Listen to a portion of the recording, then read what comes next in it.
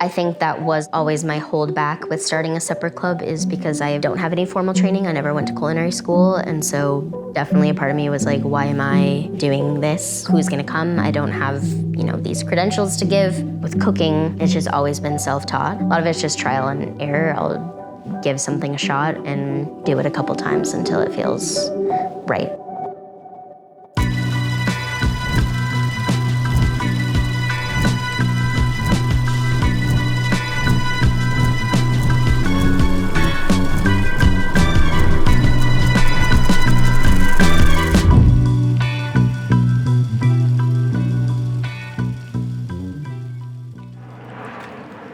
Come on.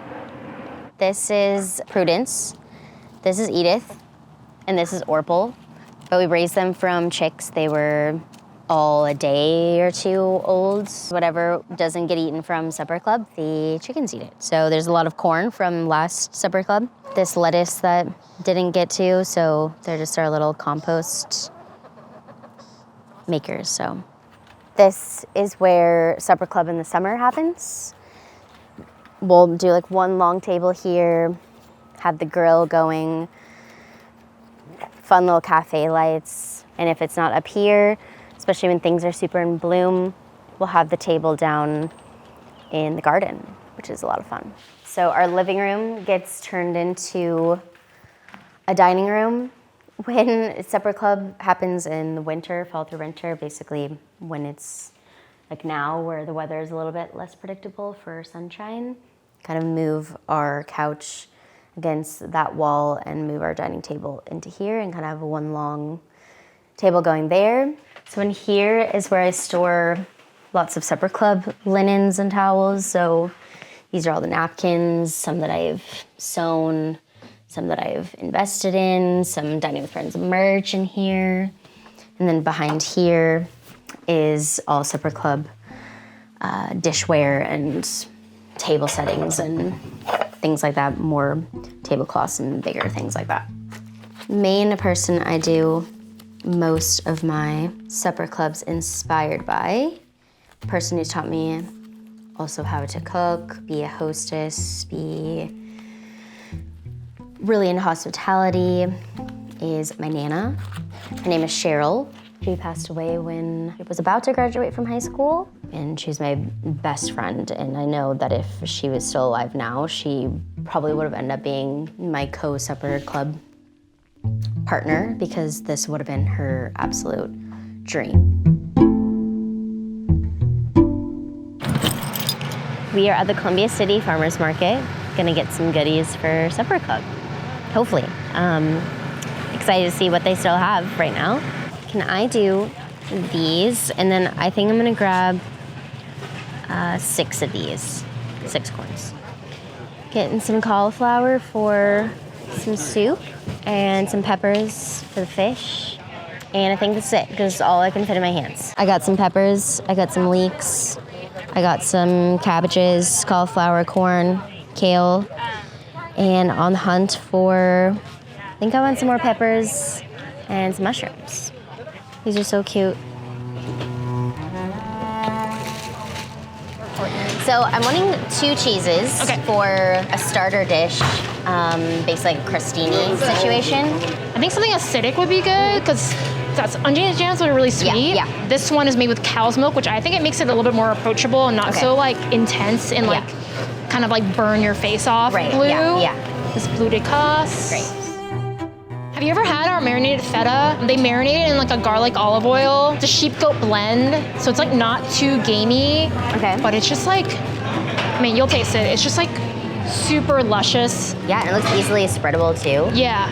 It's like not like any other feta that I've ever had. We'll probably get better slices off of this piece. Yeah, let's do it. Okay. It'll get eaten in some way, shape, or form.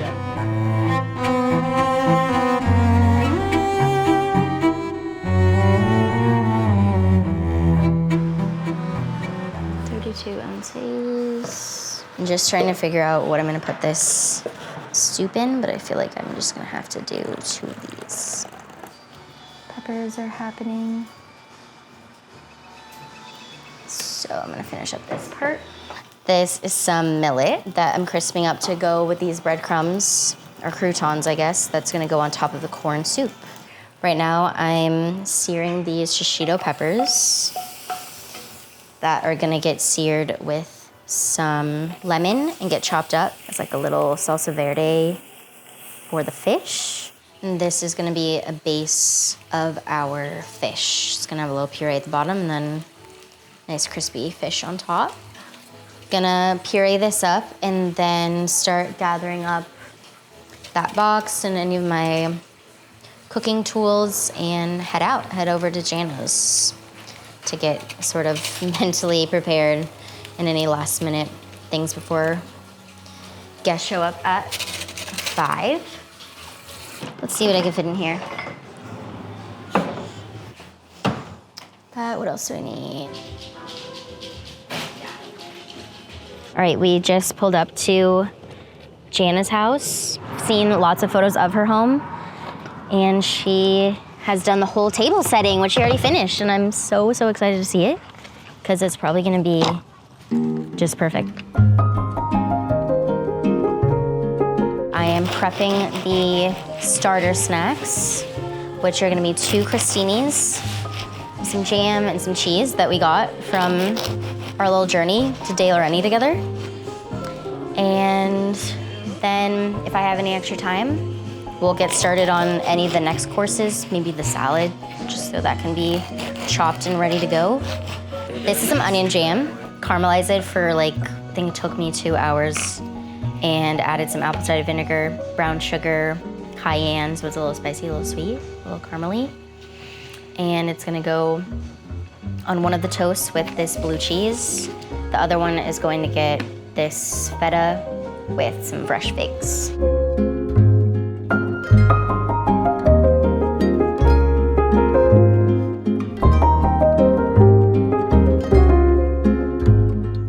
The other fun thing about working in people's kitchens is never know how hot their stoves run.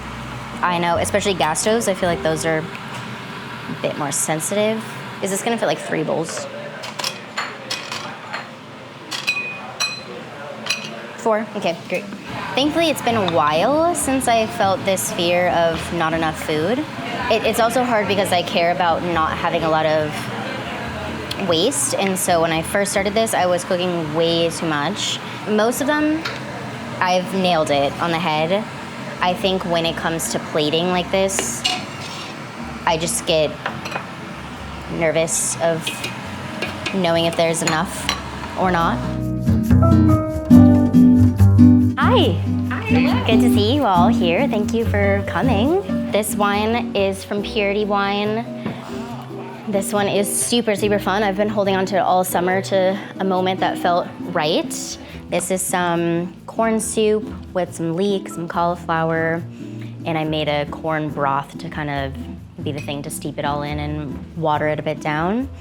And then just a little bit of cream or dairy-free cream in it to kind of richen it up a little bit. Right now, I'm gonna get the cabbage going because that's gonna have to braise nicely in the oven. That I might need to rush a little bit. We are searing the mackerel. Hope is to get this skin nice and crisp. Well, this is a seared mackerel. It does have bones, so just be aware of that. I just filleted it myself. The sauce on the bottom too is a little bit spicy. It is like a lingering one. At first it's seeming sweet, but then it kind of grows on you, so just warning. Or if you're into that, then really go for the sauce. Enjoy. Yeah. Random strangers are coming into my home. They're taking their shoes off at the door. They're sitting at my dining table that I eat at. They're witnessing the kitchen I work in every day. And then I am giving them nourishment, food, and that's why I've also loved it being in our home, because it automatically then it isn't a restaurant. I'm inviting people into my space. I purely started doing supper clubs because community is a chosen family. It's people that you're choosing to be in your life. That is ultimately the root of my desire for cooking. Supper club is now done. And the aftermath of any good supper club is a million dishes. No matter the size of the kitchen, this kitchen is gigantic, and still every surface has something, even behind there. Just everywhere I see is a dish and a dish and a dish. I feel like everyone here is feeling really seen and connected and having a conversation. And that is most important to me, is people's experience of it. Food, of course, I want people to enjoy it, but ultimately I want people to connect with other people at the table, and it looks like that happened tonight, so yeah, went great. Cheers.